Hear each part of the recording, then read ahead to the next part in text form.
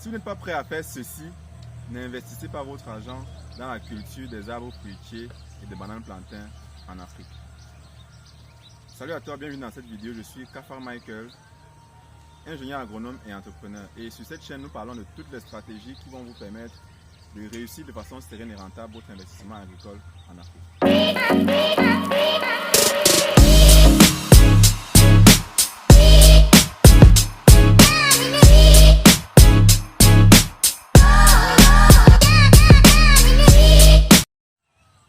L'année dernière, nous avons créé une exploitation pour un client à Kribi.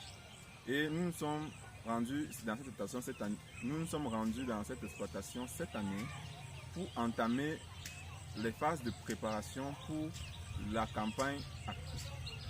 Nous nous sommes rendus dans cette exploitation la semaine dernière pour préparer le transport des plants afin d'agrandir l'exploitation pour cette campagne agricole. Sur place, nous nous sommes rendus compte que la totalité des plants qui avaient été livrés n'avaient pas été plantés, mais surtout il y a des plants qu'on ne retrouvait pas à ce que nous retrouvons sur le terrain. Qu'est-ce qui se passe? En fait, les deux techniciens qui sont sur le terrain ont, en plus de ce projet-là, un autre projet qu'ils suivaient. Et il y a eu un peu comme un emploi de temps chargé qui a fait qu'ils ne puissent pas correctement suivre ce projet-ci. On a donc eu non seulement la perte des plants, c'est-à-dire des plants introuvables, mais la mort de beaucoup de plants. Ce que nous souhaitons surtout vous dire dans cette vidéo, c'est que lorsque vous lancez un projet agricole, il faut être prêt à venir sur place vous-même, faire le contrôle ou bien à envoyer quelqu'un qui s'y connaît, qui maîtrise, pour faire ce contrôle régulièrement à votre place. Parce que si vous envoyez, comme dans le cas présent, 410 plants sur un site pour le semis, et que vous ne contrôlez pas, c'est que 5 ans plus tard que vous vous rendrez compte que sur les 410 plants que vous aviez envoyés, il n'y a qu'une centaine qui est en production. Ici à Kribi par exemple, sur 410 plants, il y avait environ 190 qui avaient finalement été plantés. Et sur les 190, on avait une centaine encore viables sur le site et le reste était mort. En plus, ceux qu'on n'avait pas plantés et qu'on avait laissés en pépinière, il ne restait qu'une trentaine viables et le reste était soit mort, soit disparu. Pourtant, le promoteur a fait des visites régulièrement pour contrôler. Son contrôle consistait à regarder le site, c'est-à-dire se placer à l'entrée du site, regarder, marcher dans le site et voir comment se portent les plants.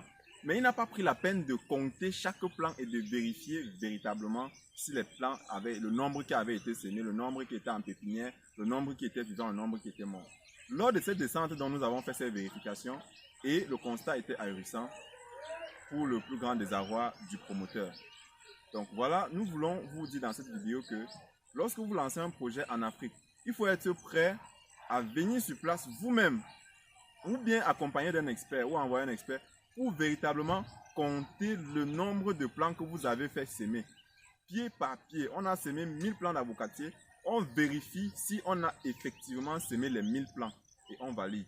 Quelques temps après, on fait des descentes pour vérifier si les 1000 plants sont encore en bon état et on remplace les plants qui sont défectueux pour que à la 3e année, on puisse avoir des plants viables, le nombre que vous aurez souhaité pour la suite de votre projet.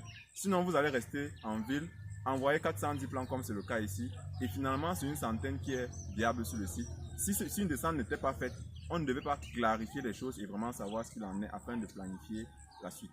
Actuellement, je ne sais pas, nous ne savons pas si le promoteur va continuer ce projet ou s'il va simplement l'arrêter parce que le constat était flagrant. Quoi qu'il en soit, nous souhaitons dans cette vidéo attirer l'attention des autres personnes qui souhaitent investir, vous en l'occurrence, afin que vous puissiez éviter ce genre de situation. Réussir votre projet agricole ne se limite donc pas à l'acquisition des plants de qualité. Il faut encore un suivi minutieux de ceux-ci pour avoir une bonne réussite de votre projet agricole.